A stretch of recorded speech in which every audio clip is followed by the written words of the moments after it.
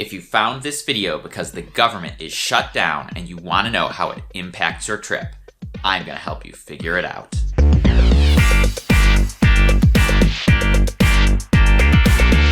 Hello, welcome to Trip Hacks DC. My name is Rob. I'm a tour guide here in the nation's capital. If you're coming to Washington, DC and you're looking for the best tips, tricks, and hacks for exploring the city, make sure to subscribe to this channel and hit the bell notification icon so that you don't miss any future videos.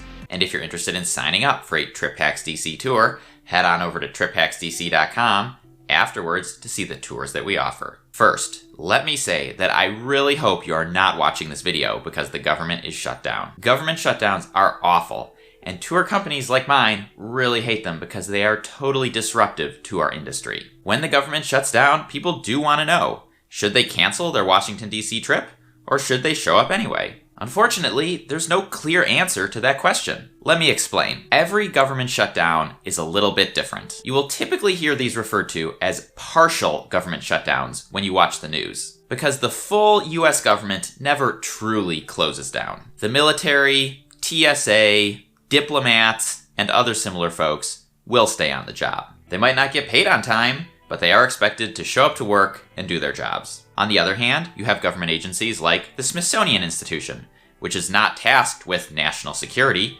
but definitely matters if you're planning a trip to Washington, D.C. Even with agencies like the Smithsonian, it's basically impossible to know what's going to happen until it happens. For example, there was a government shutdown in January of 2018 that lasted for 3 days over a weekend. Very few Washington, D.C. sites closed. And if you came here over that weekend, your trip was really minimally impacted. On the other hand, in 2013, our government shut down for 16 days, starting on October 1st. And for all 16 of those days, the Smithsonian museums were closed. If you showed up, all you'd find was a locked door and a sign apologizing for the situation. In yet another example, starting in December 2018, our government shut down for a historically long 34 days. But Smithsonian had enough funding to stay open for 10 of them. So in other words, if the shutdown had ended much earlier, say after a week, Smithsonian wouldn't have been affected at all. The problem is, there's just no way for any of us to know any of this stuff in advance. Whether a shutdown is going to happen, whether Congress is going to make a deal at 11 p.m. the night before, and if there is a shutdown, how long it's going to last. There is similar uncertainty when it comes to things like the monuments and memorials. In 2013, the monuments and memorials actually closed. There were barriers set up around the perimeters, and visitors weren't allowed to go in. So if you came to see Lincoln in October 2013, you were out of luck.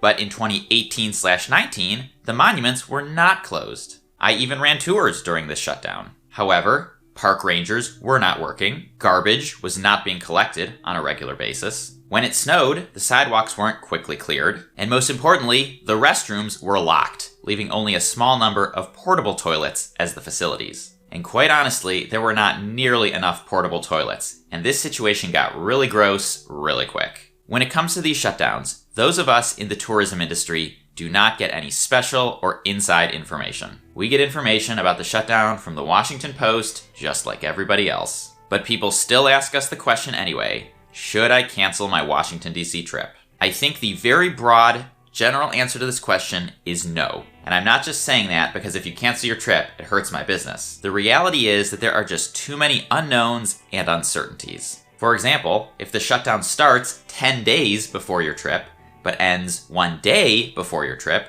then you're basically unaffected. And if you canceled, it would have been for nothing. Or if the shutdown happens the day before you leave for your trip, and you cancel, but it turns out that the museums and sites had enough funding to stay open for a few days, then you also may have canceled for nothing. And if it happens that the shutdown overlaps with your trip dates and things are closed, there is still some hope. There are private museums in DC, like the Spy Museum and the National Geographic Museum, and those are completely uninfluenced by government shutdowns. These museums aren't free, but they're not terribly expensive either. Many people don't realize that Mount Vernon, George Washington's home, is actually a private home, not affiliated with the government, and will be open no matter what. You can still go to Georgetown and do most of the stuff you had planned to do over there. Professional sports teams will play on, and you can still catch plays, concerts, and other ticketed performances. I know this is not an ideal situation, but it is at least one way you can try to make lemonade out of those lemons. The best way to keep up with what's open and what's closed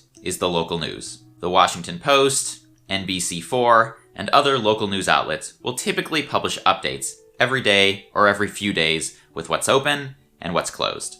If there's a specific site or attraction that you want to check on, you can follow social media to see if they have any updates. Lastly, if you are curious about past shutdowns, when they happened and why they happened, there is an excellent Washington Post article and infographic that I will leave down in the video description. Hopefully, this video turns into a resource that no one ever needs because we never have another shutdown. But if we do, I hope that you found it helpful. And that's it. Thank you for watching this video. If you want to watch another Trip Packs DC video, go ahead and click or tap right over here. And if you're coming to DC and want to sign up for a Trip Packs DC tour, you can click on the Capitol Dome on the left side of my head. That'll send you over to trippacksdc.com where you can see all of the tours that we offer. Enjoy your trip!